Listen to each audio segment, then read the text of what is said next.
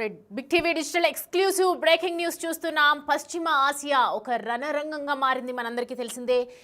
Iran Israel మధ్య పరస్పర దాడుల నేపథ్యంలో ఎటువంటి నష్టాలు జరుగుతున్నాయో కూడా మనందరికీ తెలిసిందే. సో ప్రజెంట్ దానికి సంబంధించినటువంటి అప్డేట్స్ మనం చూస్తూ ఉన్నాము. ఒకవైపు క్లస్టర్ బాంబుల్ని కూడా యూస్ చేస్తూ ఉంది, ఇటువైపు మనము దానికి సంబంధించినటువంటి అప్డేట్ మనం చూస్తూ ఉన్నాము. విజువల్స్లో మనకు క్లియర్ కట్గా కనిపిస్తోంది. ఇటు యుద్ధము 8వ రోజుకి చేరింది. తమ భూభాగంలోకి ఏకంగా క్లస్టర్ బాంబులను ఇరాన్ ప్రయోగించిందని చెప్పి సంచలన వ్యాఖ్యలు చేస్తోంది.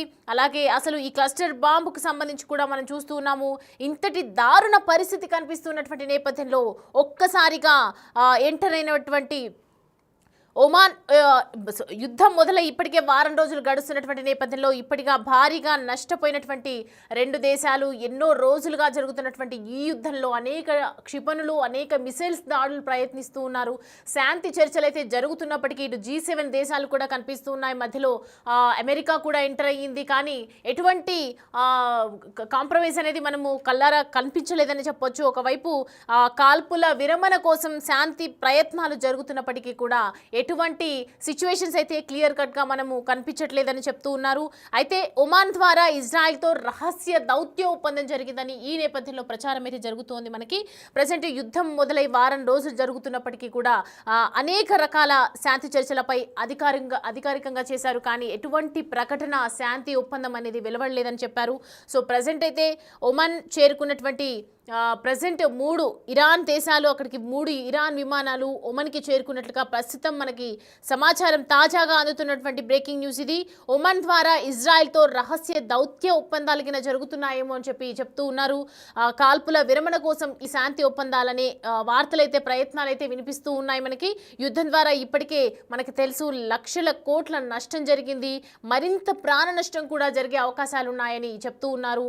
ఒకవైపు ఇరాన్ ఇజ్రాయెల్ యుద్ధ వాతావరణ నేపథ్యంలో కూడా అనేక ప్రపంచంలో ఉన్నటువంటి అన్ని దేశాలు కొంతవరకు నష్టపోతున్నాయి అని చెప్తున్నారు. ముఖ్యంగా చెప్పాలంటే ఇరాన్ ఇజ్రాయెల్ మధ్య జరుగుతున్నటువంటి ఒక రణరంగంగా మారిపోతుంది. అటువంటి సిచ్యువేషన్ ప్రజెంట్ అయితే లక్షల కోట్లు కూడా నష్టపోయాయి అని చెప్తూ ఉన్నారు. మరింత ప్రాణ నష్టం జరగకుండా జాగ్రత్తగా దీన్ని వ్యవహరించాలని చెప్పి అనేక దేశాలు చూస్తూ ఉన్నాయి. ఈ నేపథ్యంలోనే మధ్యలో ఎప్పటి నుంచో చూస్తున్నాం మనం, ఒమాన్కి సంబంధించి ఇరాన్కి ఇజ్రాయెల్కి మధ్య ఒక సంకల్పితంగా ఏమంటారు దానికి సంబంధించి మనం చూస్తున్నాం. ఇరాన్ ఇజ్రాయెల్కి మధ్య మధ్యవర్తిత్వం వహిస్తూ ఉంది, న్యూట్రల్గా వ్యవహరిస్తూ ఉన్నటువంటి సిచ్యువేషన్స్ కనిపిస్తూ ఉన్నాయి మనకి. ప్రజెంట్ అయితే ఒమాన్ చెప్తున్నటువంటి ఏదైతే అధికారికంగా మనకు ప్రకటించలేదు, కానీ ఇరాన్కి సంబంధించినటువంటి 3 విమానాలు అక్కడికి వెళ్ళేసరికి మరి ఒమాన్ ఎటువంటి డిసిజన్ తీసుకుంటుంది, ఒమాన్కి సంబంధించినటువంటి న్యూట్రల్గా బిహేవ్ చేస్తుందా, ఇరాన్ ఇజ్రాయెల్కి సంబంధించి వీరిద్దరి మధ్య జరుగుతున్నటువంటి అనేక యుద్ధ వాతావరణ పరిస్థితులు ఒమాన్ చేతిలో ఉన్నాయా, మరి ఒమాన్ చెప్తే వింటుందా, అసలు వీళ్ళిద్దరి మధ్య జరుగుతున్నటువంటి ఈ యుద్ధం ఆగుతుందా అనేది వెయిట్ చేయాలి. ప్రెసిడెంట్ అయితే అక్కడికి శాంతి చర్చలకు సంబంధించి ఒప్పందం కుదుర్చుకునే విధంగా అక్కడికి వెళ్ళినట్లుగా మనకి అర్థమవుతుంది. ఇరాన్కి సంబంధించినటువంటి 3 విమానాల్లో ఇరాన్ దౌత్య ప్రతినిధులు అక్కడికి చేరుకున్నారు. అలాగే యుద్ధం ద్వారా జరిగినటువంటి లక్షల కోట్ల నష్టానికి సంబంధించి కూడా అన్ని వివరిస్తూ ఉన్నారు.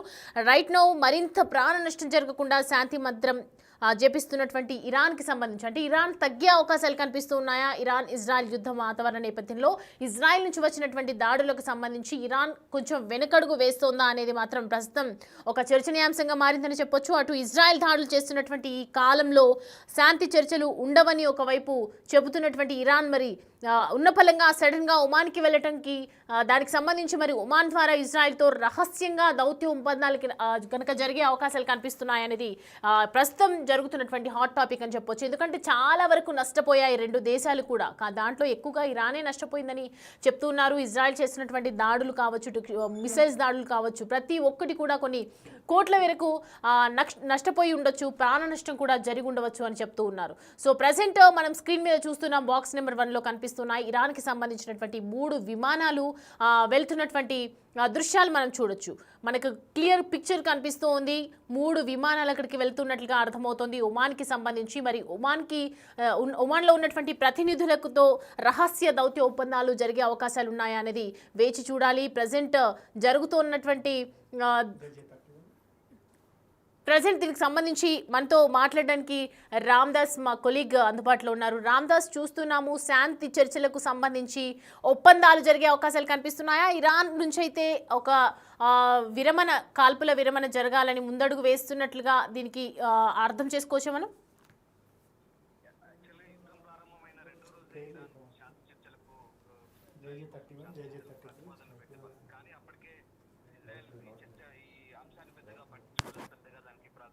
పరిస్థితి లేదు. ఇప్పటికీ ఇవాళకి సరిగ్గా ఇది 8వ రోజు చేరుకుంది. అంటే దాదాపు వారం గడిచిపోయిన పరిస్థితి. ఈ వారం రోజుల్లో ఇరువైపులా కూడా భారీ నష్టం సంభవించిన పరిస్థితి. దీంతో ఒక్కసారిగా ఇటు ఇరాన్ కూడా యుద్ధంతో కుదేలవుతున్న పరిస్థితి కనబడుతోంది. ఇంకా రాను రాను భవిష్యత్తులో పరిణామాలు అలాగే పర్యవసానాలు చాలా తీవ్రంగా ఉండబోతాయనే ఇరాన్ ఇప్పుడు శాస్త్రచర్యకు సహజంగా ప్రణాళికలు రూపొందిస్తున్నాయి.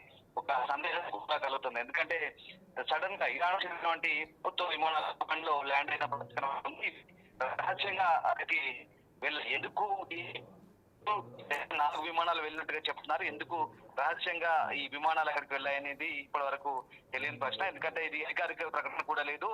ముఖ్యంగా శాంతి చర్చలకు సంబంధించి అత్యవసర ప్లానింగ్ తోనే ఇది ముందుకు వెళ్ళినట్టు తెలుస్తోంది. ఇజ్రాయెల్ ఇరాన్ మధ్య ఉద్రిక్తతలు ఇప్పుడు తీవ్ర స్థాయిలో ఉన్న నేపథ్యంలో ఈ విమానాల కదలికకు సంబంధించి ఇజ్రాయెల్ పై ఎప్పటికప్పుడు గమనిస్తుంది. ప్రధానంగా ఒమన్ రాజధాని మస్కట్ కు ఈ 4 విమానాలు చేరుకున్నట్టుగా చెప్తున్నారు. ఇందులో ఇరాన్ అధ్యక్ష విమానం కూడా ఉన్నట్టుగా చెప్తున్నారు. దాంతో పాటు మరొక 2-3 ప్రభుత్వ విమానాలు కూడా వచ్చినట్టుగా తెలుస్తోంది.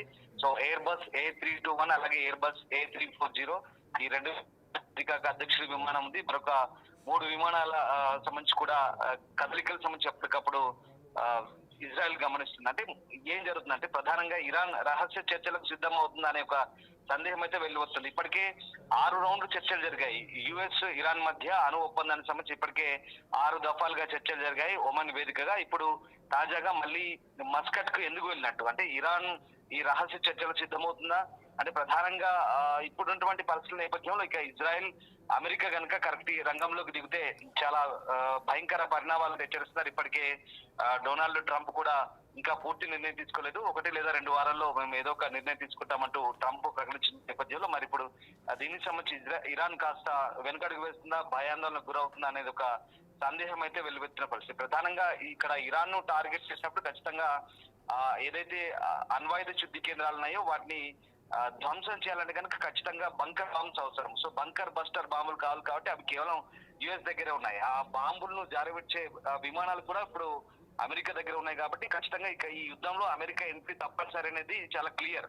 సో అమెరికా కనుక ఎంట్రీ కనుక పరిస్థితులు చాలా భయంకరంగా ఉన్న పశ్చిమాసియాలో పరిస్థితులు చేదాటిపోయే పరిస్థితి ఉంటుంది. సో అప్పటికే అమెరికా చాలా స్ట్రాటజిక్ గా ముందుకెళ్తుంది. ఖచ్చితమైనటువంటి నిర్ధారణ అయితే ఇప్పటికి ఏం చేయట్లేదు, కానీ ట్రంప్ చాలా వ్యూహాత్మకంగా వివరిస్తున్నాడు అనేది చాలా క్లియర్ గా కనిపిస్తుంది. ఈ నేపథ్యంలో మరి అమెరికా ఎప్పుడు ఏం చేస్తుందో తెలియని పరిస్థితి. ముఖ్యంగా ఎప్పుడు సొంత ప్రజల కోసం ఆలోచించే అమెరికా ఇప్పుడు ఇజ్రాయెల్ విషయంలో ఈ స్టెప్ తీసుకోబోతుందా లేదా అనేది తెలియదు. బట్ ఇక్కడ బంకర్ బస్టర్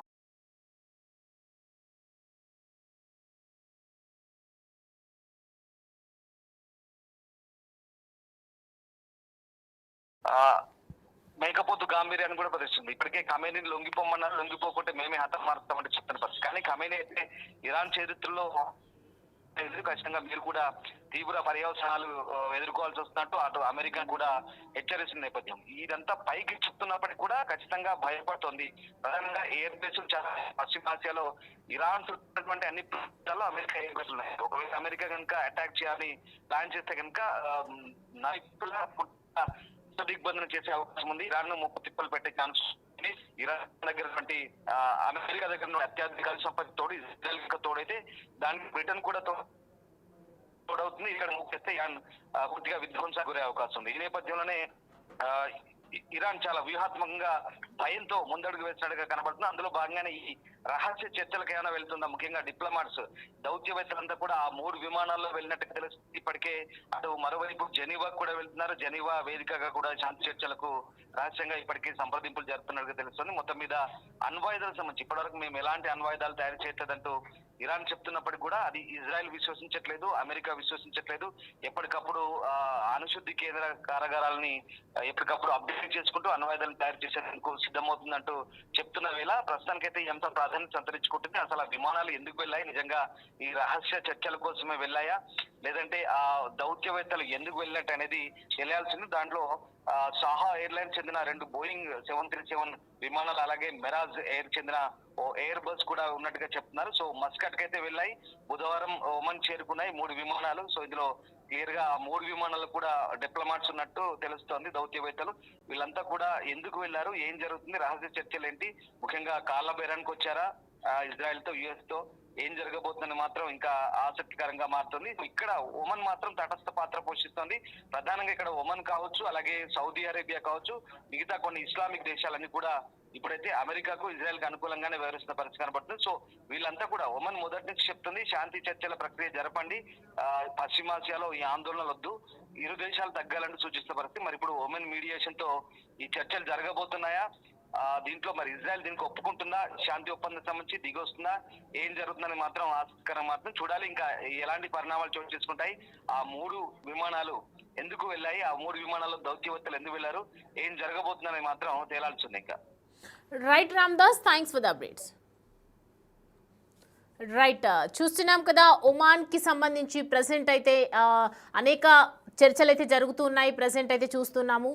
దానికి సంబంధించి ప్రజెంట్ ఏదో కొద్ది రోజుల ముందు కనుక వెళ్తే కనుక ఇజ్రాయెల్ ఇరాన్ యుద్ధం తీవ్ర రూపం దాల్చుతున్నటువంటి నేపథ్యంలో మరి ఇరాన్ కీలక వ్యాఖ్యలు చేసింది. ఇటు హర్ముజ్ జలసంధిని కూడా మూసివేసే ఆప్షన్ తన వద్ద ఉందని వెల్లడించింది. శత్రువులపై ప్రతీకారం తీర్చుకునేందుకు ఈ జలసంధిని కూడా మూసివేయటం కూడా ఒక మార్గమని ఇరాన్ పార్లమెంట్ జాతీయ భద్రతా కమిటీ సభ్యుడు జైనం సయీదీ గురువారం మీడియాకు తెలియజేయడం జరిగింది. అయితే పాశ్చాత్య దేశాలు తీవ్రంగా ఒత్తిడి చేసినటువంటి సమయంలో గతంలోనూ హర్ముజ్ జలసంధిని మూసివేస్తామని ఇటు ఇరాన్ బెదిరించింది. అయితే ప్రపంచవ్యాప్తంగా రోజువారీ చమురు అవసరాల్లో 20% హర్ముజ్ ద్వారానే రవాణా అవుతోంది. మరి ప్రపంచ చమురు మార్కెట్కు హర్ముజ్ జలసంధి జీవనాడని చెప్పాలి. అయితే అరేబియా సముద్రంలో ఒమాన్కి చెందినటువంటి ముసాండం ద్వీపకల్పం ఇరాన్ మధ్య ఉన్నటువంటి అత్యంత ఇరుకైన జలసంధి ఇది. దీనిలో ఓ చోట అత్యంత ఇరుకైన కేవలం 33 కిలోమీటర్ల మేరకు ఉండొచ్చని చెప్తూ ఉంటారు. అయితే ఇక ఏదైతే చూస్తున్నామో గ్యాస్ రవాణాకు కూడా అత్యంత కీలకం అని చెప్పొచ్చు. ఇటు 3 ఒక వంతు LNG కూడా ఇక్కడ నుంచి వివిధ దేశాలకు వెళ్తూ ఉంటుంది. మరి ఇవాళ వచ్చినటువంటి వార్తల నేపథ్యంలో చూసుకుంటే కనుక రష్యా విదేశాంగ మంత్రి ఓ ప్రకటన కూడా విడుదల చేయడం జరిగింది. మొన్న పర్షియన్ గల్ఫ్లోని ప్రాంతంలో అణు విద్యుత్ కేంద్రం ఉందని చెప్పారు. ఇటు ఇరాన్ ఏర్పాటు చేసుకున్నటువంటి ఒకే ఒక వాణిజ్య స్థాయి అణు విద్యుత్ కేంద్రం అది. అణ్వాయుధాలను ధ్వంసం చేసే ప్రాసెస్ నడుస్తున్నటువంటి నేపథ్యంలో వీళ్ళ దగ్గర బాంబులు లేవు అని చెప్పేసి ఇరాన్ వెనకడుగు వేస్తోందా అనేది ప్రజెంట్ అర్థమవుతుంది. ఎందుకంటే వాళ్ళ దేశాలను వాళ్ళు ప్రాణ నష్టం కావచ్చు, ఇటు ఆస్తి నష్టం కావచ్చు, ఎన్నో లక్షల కోట్ల నష్టం కావచ్చు. ఇంతవరకు జరిగినటువంటి యుద్ధ వాతావరణంలో అనేక ప్రాణాలు కోల్పోయారు, అనేక ఆస్తి నష్టం కూడా చేకూరిందని చెప్పొచ్చు. సో రైట్ నౌ మనం ఒమన్కి వెళ్తున్నటువంటి ఇరాన్కి సంబంధించినటువంటి చూసాము J-31 కూడా, అలాగే JJ-32, JJ-33 3 విమానాలు ఇరాన్ నుంచి వెళ్తున్నటువంటి, ఇరాన్లో ఉన్నటువంటి ప్రతినిధుల దౌత్య ఒప్పందాల కోసం రహస్యంగా వెళ్తున్నటువంటి దృశ్యాలు మనకు కనిపిస్తున్నాయి. దీన్ని బట్టి చూస్తే మాత్రం ఇరాన్ ఇజ్రాయెల్ మధ్య యుద్ధ వాతావరణం కొంత కూలైందని చెప్పొచ్చు. ఎందుకంటే ప్రజెంట్ ఇరాన్ ముందడుగు వేసి శాంతి ఒప్పందానికి చేకూర్చినట్లుగా మనకి అర్థమవుతోంది.